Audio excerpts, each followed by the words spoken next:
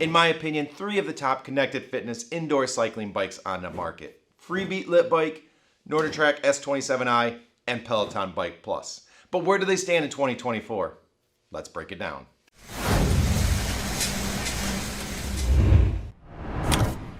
So when I first started preparing for this video, I was gonna break it down by category. Who wins this category? Who wins that category? And as I kept going into it, I realized that one kept losing almost every category, making them look like they were a terrible option compared to the other 2. And that's not exactly the case. And this works much better if I talk about one, get it out of the way, and then compare the other 2 because they're more comparable but at different price tiers. And I think that will help you make the best decision for you if you're trying to get a bike like these into your house. So let's kick it off with the NordicTrack S27i. Now this is the big one with the huge monitor, very immersive experience. But if you want a better price point, the S22i is the same bike, just a little bit better price, smaller monitor, things like that. So there are options out there. But as I compared these, a lot of the things I was thinking about comparing, how innovative are they? What new things are coming out? How have things changed? How are they improving? This one doesn't change nearly as much. And at first I hated that because I want new things. I want to be able to turn my bike on and be like, it does this now? That's amazing. A brand new feature, a new way to ride, a new gamified mode, some new widget in the corner. Keep it interesting. Make me feel like that money I spend every month is going somewhere. But at the same time, it costs more to do those kind of things. And that's why NordicTrack or iFit products on the monthly subscription side are a little bit less expensive. So you get what you pay for. And as we talk about these, if you go, wow, the features in this model are exactly what I want. And as long as they're coming out with new content, I don't need all those new things. I'm happy with what it's providing me. Well, you might really like this option because the price is more affordable. So let's pop those on screen real quick so you can see what each one of these costs, but don't stop there. Because yes, while you have to look at the upfront cost, they each have monthly subscription fees. And that's the thing you're gonna pay for a very long time. So you wanna make sure you're picking the right option, but you also fully understand the whole cost. So I have full reviews of every one of these bikes. So if you want to learn more, I will link those in the description. But as I started looking at this and saying, okay, what's improved, what's new? Like I said, this one hasn't changed much, but what it is still pretty amazing.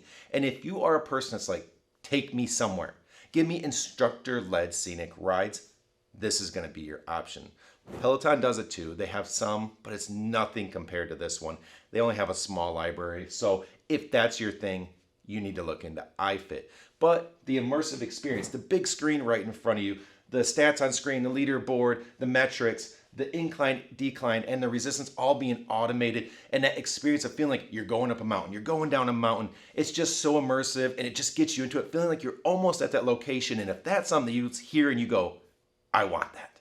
That sounds amazing. This is your option to consider. So that is how I would summarize this bike. A fantastic option, great resistance, automation built in, and great locations with some other types of content. Map your own routes, studio rides, live rides, things like that. So it has a lot going for it. Just don't expect it to change. Don't expect to turn it on and go, oh my gosh, they had this brand new, amazing thing. It's just not gonna happen. But what it is great. So if you're happy with just staying with that, you're gonna be good to go. So that leaves us with the Peloton Bike Plus and the Freebeat Lit BIke. And I'm just gonna throw this out there. The Peloton Bike Plus is better in just about every way. So this video is done. That's all you need to know, right?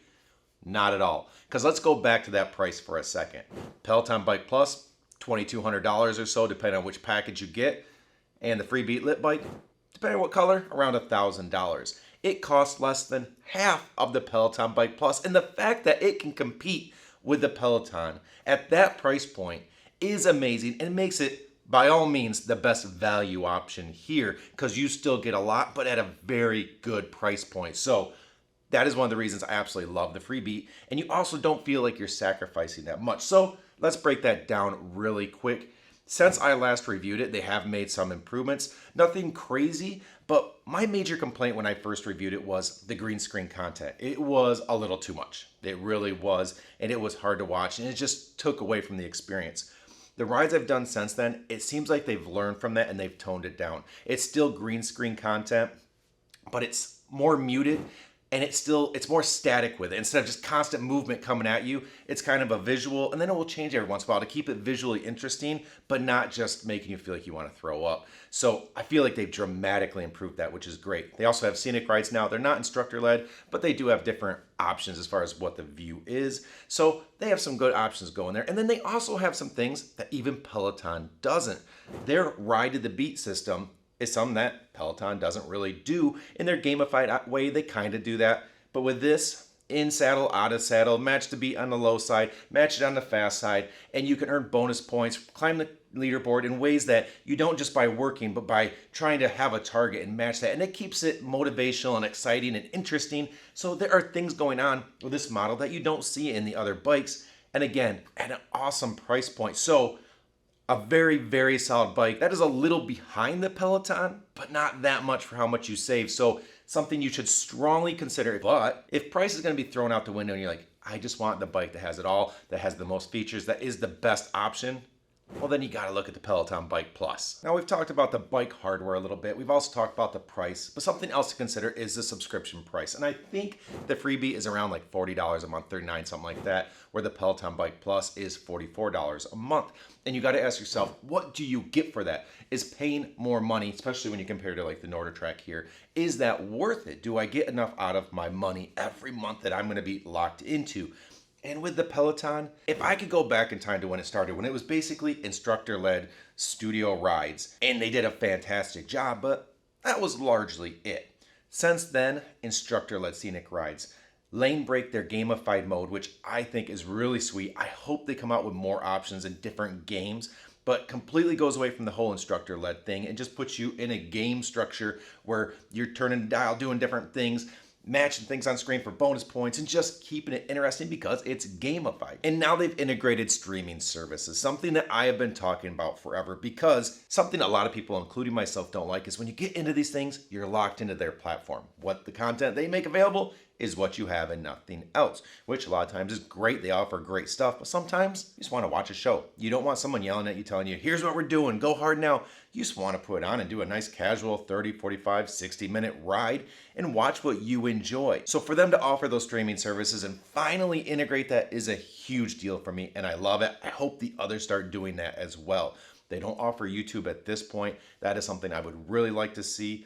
That would be the next thing for me, but Peloton's been really keeping it going with offering new things, and I'm a huge fan of that. So as far as that monthly subscription fee, you know what you want to pay, but that money does go somewhere with the Peloton, and the variety is really getting up there, which I'm a huge fan of, so that is a good thing. So let's wrap this up with a very clear and direct message. I have had a lot of these indoor cycling bikes come through the channel, and these are the three that remain, and that's because these are the three that I think are the best, that have the most potential, that are doing the most things, that will work for the majority of people. If people get them, they do their research and they pick one of these, they're probably going to be really happy. Now, last thing I want to point out is I think I'm going to sell a lot of this stuff, including all my Peloton stuff. So probably have a final wrap-up video on Peloton as a whole, maybe my rower. Let me know what you want to know about before they're gone, but subscribe to know when that comes out. And I know I mentioned it in my last video, haven't got to it quite yet. I'm wrapping up, I want to do it right, but Freebeat came out with a Morphrover, the 2-in-1 e-bike and indoor cycling bike. I'm having a lot of fun with it. Review is coming very soon, so subscribe for that. But like, share, you know the deal. Thank you very much and have a great one.